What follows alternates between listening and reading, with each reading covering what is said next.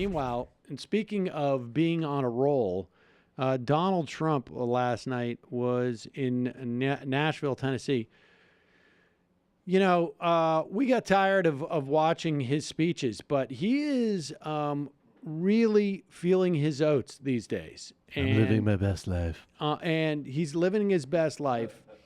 And he is getting out in those speeches. And you could watch any number of parts of this and start to get very worried, right? And, you know, we hope that he is... that his popularity is waning. It seems to basically be holding strong, not at a particularly high level, but it's not falling anymore. And you know, who knows? But here he is basically making the claim that Nancy Pelosi is having an affair with MS13. His very liberal Democrat opponent, Phil Bredesen. I never heard of this guy. Who is he? Who is he? He's an absolute, total tool of Chuck Schumer. He's a tool of Chuck Schumer and, of course, the MS-13 lover, Nancy Pelosi.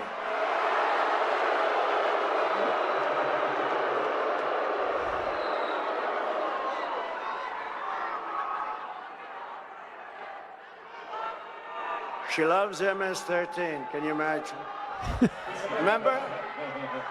I said they're animals, and she said, how dare you say that? How dare you say that? Have you seen what they've done? Have you seen what they're doing to us? And we're taking them out of our country by the thousands. Out by the thousands.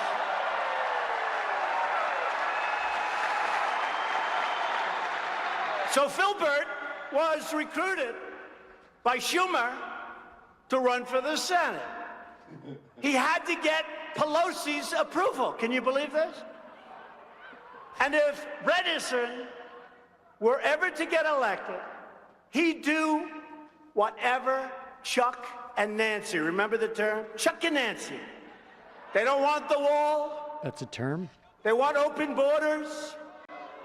They're more interested in taking care of criminals than they are in taking care of you. There it is, riling up the crowd in Tennessee. I've had sex with several MS-13 members. They're all very strong lovers. Can we just say he kind of Susan Collins? No, I can't. I'm trying to do it. Pelosi's on the continuum. Susan Collins could be too if she had she voted the wrong way on something and lost her laudatory impression. I would love to see some data on just like some how many gang members Nancy Pelosi has slept with. Yeah, I would like to see. I would like to see some data on both.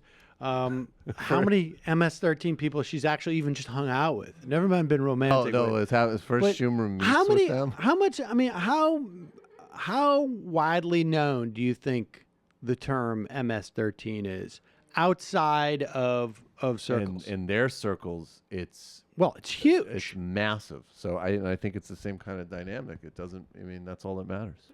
I mean, this is very much about Donald Trump going around and trying to motivate the base to get out and vote. And the way that they anticipate doing it is by getting candidates at the top of the tickets, the more interesting races, to get Republicans out, and then theoretically they vote down the ballot. I mean, that is the game. That is how they are playing this right now. And so you're going to see a lot more of this. Donald Trump going out and campaigning ostensibly for one candidate in any given state. He'll mention maybe the others down ticket, but the idea is to get the Republican base out. He's trying to do this in California too, on some level. Not necessarily to have that one candidate win, but to salvage other races. So we're going to see a lot more of this. And just as an aside, since he's talking about thousands of people, and Number of migrant children held in U.S. government custody without their parents has surged 21% in the past month.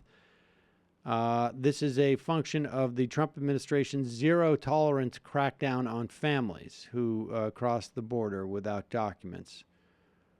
The government has not disclosed how many children have been separated from their parents as a result of the new measure.